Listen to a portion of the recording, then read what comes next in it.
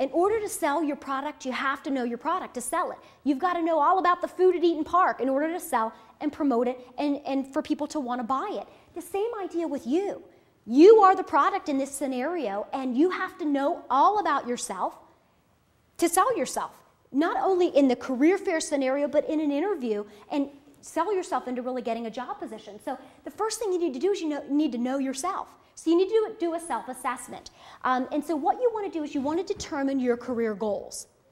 And you need to have short-term goals and long-term goals. So I'm saying short-term goals about, the next 2 to 3 years, where would you like to be as a short-term goal? Long-term goal would be maybe, 6 to 10 years down the road. So if your long-term goal is to run your own business, and you're coming right out of college, you probably don't know everything there is to know about running your own business. So maybe you want to start with a company that will do training for you, maybe a manager training program that will teach you the aspects of running a business so that 10 years down the road you can hit your goal. But companies want to see that you know about yourself. We know that when you go to the Westpac Fair, you are not going to be able to see 105 employers. We're hoping you're going to get pretty close, but maybe you work. Maybe you're only going to be at that event for 2 hours. So you've got to make the most of your time. So you need to create a point of attack. And so first you need to establish who is going to be there. And Dennis from Career Services has been kind enough to actually print you out a list of all the employers that are going to be there. So you want to make sure you leave with one of these lists today. And maybe you have some friends that are going to the event that don't have this list. Well, Dennis has been kind enough to email it to you. So if you're looking at your emails, all the students have a list of who's going to be there. What you need to do with this list is you need to select the top 5 companies. So you need to look at this list and say, you know what, in my major and what I'm good at in marketing and management, these are the top 5 companies that I am going to proactively research and I'm going to make sure I visit. That is my goal, that at the end of this career fair, I am going to see at least these 5 people because they're tops on my list. So you need to find out who's going to be there, which you have that information, and then you need to take your top 5 and then you need to create a resume for that particular company, possibly a cover letter for that company. Do some research specifically for those top 5 companies. And some things that you need to prepare beforehand. So this is what you're going to do within the next week. You're going to take plenty of resumes and make sure that, spend the extra couple dollars and put them on a nice professional piece of paper. Have Career Services look at them. Have friends look at them. Have English professors look at them. But have somebody look at them several times. You don't want any mistakes or anything along those lines whenever you're passing out your resume.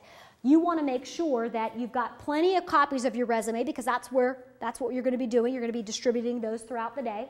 You want to make sure you have references, possibly cover letters. And I will mention this business card. Do I have anybody in here that has their own business card? This is what I'm seeing. I've been recruiting for a long time, and within the last 2 years, I'm seeing students creating their own business cards. And to be honest, when I took an area manager to one of our events, and the student had given them the business card, they were so impressed. They were like, this is really great. So I think what you're going to see going forward is more and more students are going to have business cards for the networking purpose. It sends a great first impression that you're really prepared, you're really professional, especially for those business majors, those marketing majors. You might be able to get a little bit creative with that business card. So that is something that I'm seeing more and more of. Now, I'm not saying that business card is taking the place of a resume, but several years down the road, it may. Who knows? But I just wanted to share that bit of information that I've from being in the field, I've seen that a lot of students are carrying business cards with them, and I don't think they're all that expensive to make. I think you can go online to do that, and the school may even be able to help you to do that as well. You want to make sure that you do wear a nice professional business suit, and I usually say stay dark. Don't go too trendy. Because we just have ladies in here today, it's very easy to do something too tight, too short, too low cut. You do not want that company or that representative to remember you because you had the tight red suit on that really didn't fit, or that you had the sexy suit on for the day. You don't want to be known at a negative light or remembered for a negative thing. You want to be known because of your experiences. You were very professional, but boy, that person worked at company A for 3 years and they were a manager there. So make sure you just stay away from trends. When it comes to earrings and piercings, when you go to a career fair, when you go to an interview, no tongue rings, no nose rings. Make sure that you're in your nice professional business suit, one earring in each ear, very conservative. If it is acceptable to have an eyebrow piercing on a daily basis at work, you will know that when you start the company. But for a first impression, for a company like us, the guys have to be clean shaven every day. The guys are not allowed to wear earrings every day. So for a company that's extremely conservative, it may be a bad impression for a guy to come up with his earrings in. So you want to make a nice first impression, and then later on in the interview process, if it's extremely important for you to wear your nose ring, then you may want to have a conversation about that. But for that first impression, stay very conservative, neat and organized. Remember that the name tag is always on the right-hand side. I was at an event last night, and as soon as everybody signed in, they had their name tag. They didn't know where to put it. It goes on the right-hand side, and there's a good reason for that, because when you're doing a handshake, let's just practice. When we're doing a handshake, you're actually, if you were facing me, I suppose, like this, you can look at my right shoulder and look at my name while you're shaking hands and give me eye contact, and I can do the same to yours. I can look at your right shoulder and I can see your name, put it with your face, and try to remember. So that name tag always goes on the right-hand side for that reason, because it just makes sense. Make sure that you do practice your elevator speech. You develop and use a firm handshake, and I know we practiced in the corner here. You want to make sure that you're coming through with this very confident, very firm handshake. You don't want, to be like a limp noodle, and it makes that uncomfortable scenario even worse. So practice that firm handshake. Make sure you've got fresh breath. You don't want to be remembered for those negative things. You don't want somebody to cut your conversation short because your breath is smelling bad or something.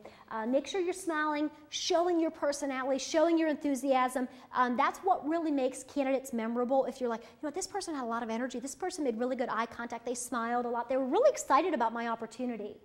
Make sure that you're asking those open-end questions for the good conversation flow. Make sure that you're taking literature and business cards, because you want to be able to follow up with them down the road. You also want to tuck that information away so that you can use it in the future before you do an interview or something with that company. Remain professional the whole time. Your conversation the whole time should be professional. Listen to the recruiter. If they say, we can't take your resume, but you have to apply online, make sure that you're going to follow up and do the things that they're saying. If they're telling you to apply online and you never apply online, you're not going to be able to be considered as a candidate for that company. Do offer the resume, thank them for their time, and then do some follow-up. Some things we want to stay away from, using filler words. We use filler words when we are nervous and we don't really know what to expect, so we start to use like. We want to stay away from those. I know it's easier said than done, but again, practicing of the elevator speech, feeling comfortable with the whole environment will help you to stay away from some of those slang words.